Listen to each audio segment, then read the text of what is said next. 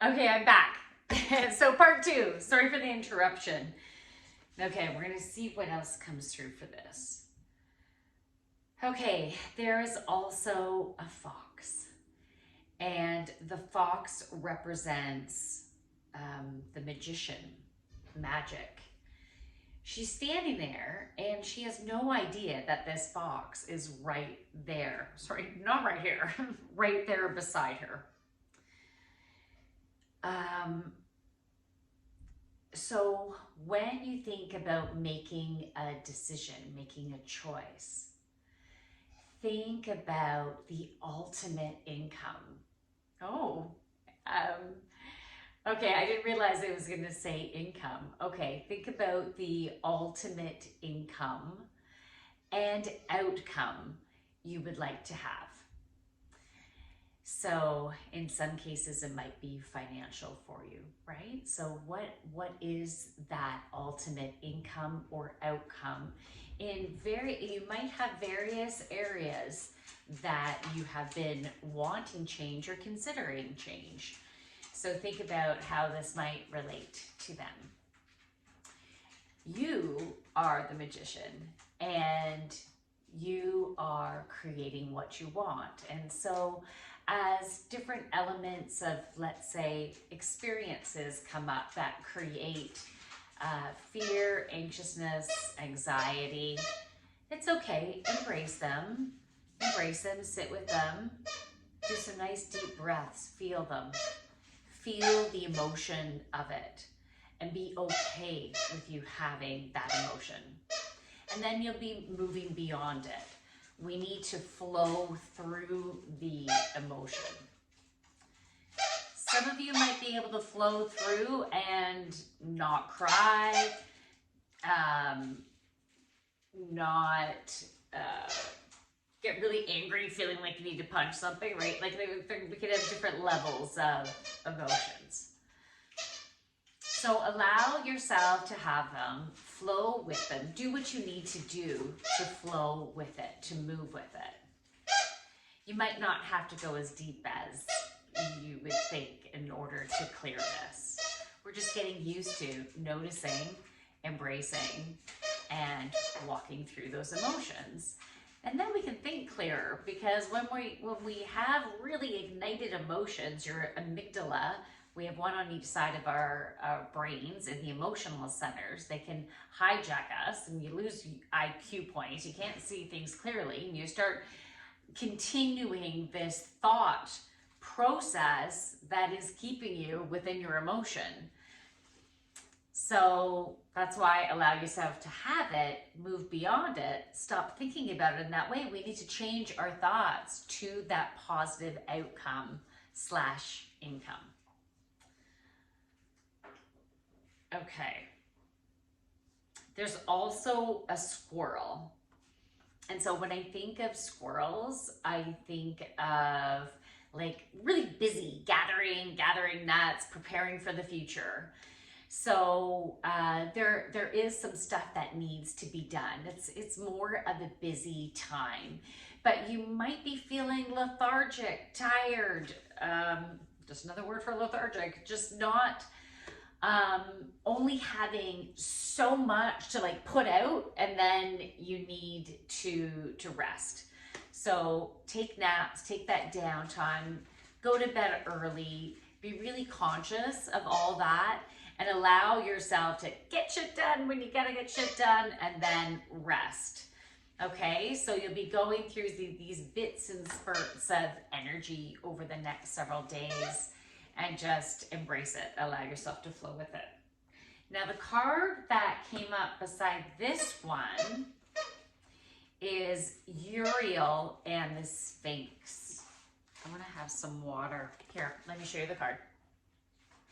Let me show you the first one. I don't remember if I showed you the first one in part 1. So if not, there it is. Just in case you're just watching part 2, who knows, right? Okay, so let me just get a sip of water. Uriel and the Sphinx. Now, Uriel has these beautiful wings.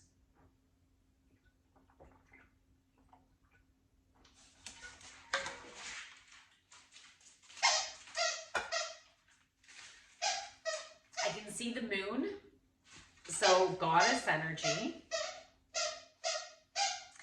And in front of the Sphinx, there are some stairs that have, it's covered in sand.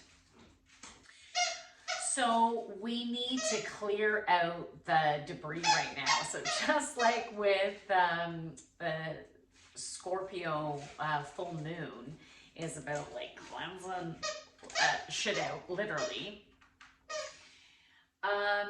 We are going through this revealing stage.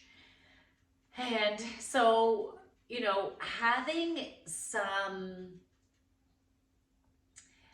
give yourself some time to ponder, to have quiet, to be able to maybe just lie in your bed and just allow yourself to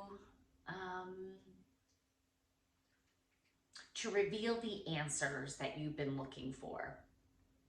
Because you are intuitive yourself, right? Like we're all intuitive. So allow those messages to settle in once you have gone through the emotion and now you're in a place of neutrality. So we're clearing out the debris, we're getting clearer.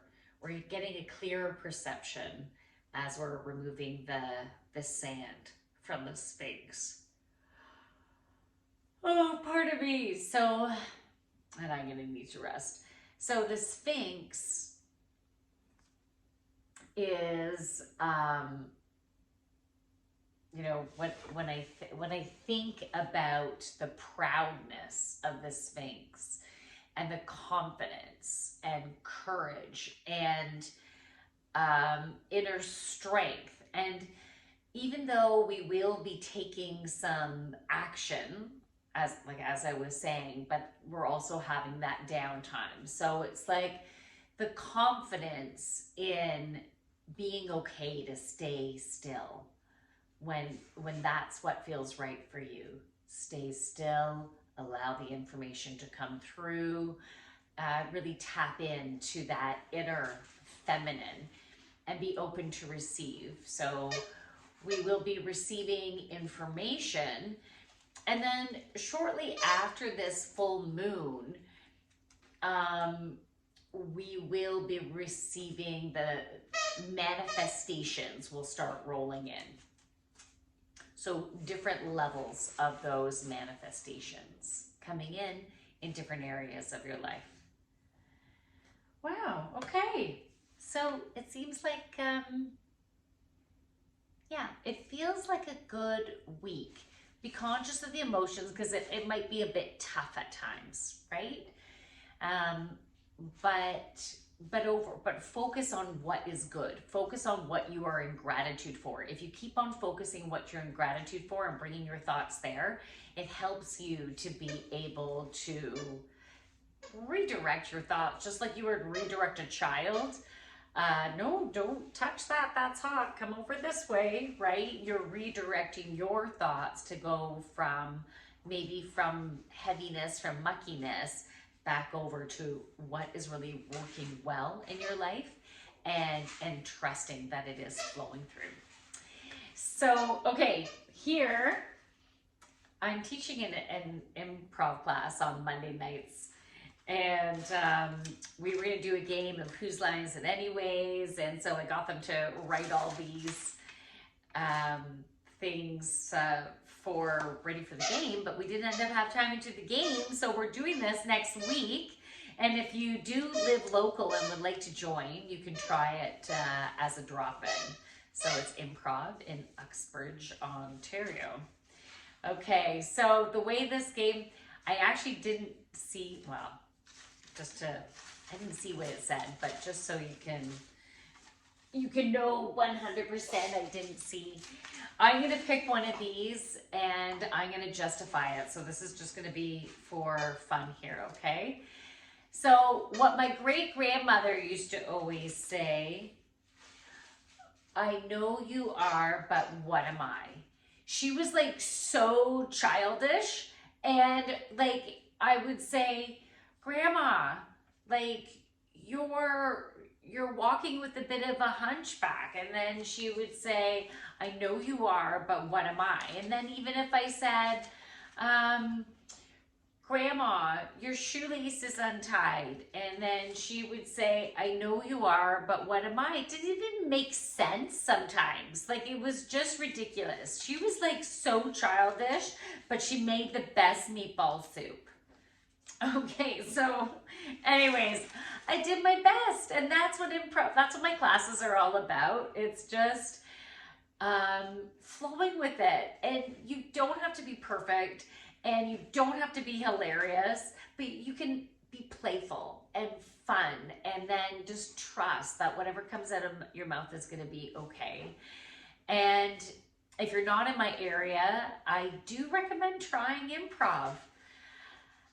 It really made a huge difference for me in helping me to not get a lip quiver and an eye twitch if I was put on the spot to introduce myself, right? I was able to let that go. And now with the TV show that I host, I often find out about guests very last minute, find out what the topic is, and need to flow with it. I just gotta ask the questions and just, just ride it out to the best of my ability. And those end up being the best interviews because it's truly from the heart, not necessarily from preparation. But there's a place, right? There's a place where sometimes we need to prepare, and then there's a place for where we need to just fly out of the seat of our pants and deal with whatever life is going to throw us. So improv is amazing for that. So anyways, I recommend you give it a try. My light to yours. Namaste. Oh, also, if you're local, this Saturday, April, I think it's 27th, I am doing readings as a fundraiser for my son's graduation. So I'm doing them for 3 hours at Boba Boy on Brock Street in Uxbridge. So if you like, you can send me a DM. I can send you my Calendly, and then you can choose a time slot. Okay, I'm going to sign off for real now. Okay, have a great rest of your week, and you can also book a reading on any other day with me. You can check out my website, thejoyfulyogini.ca. Bye.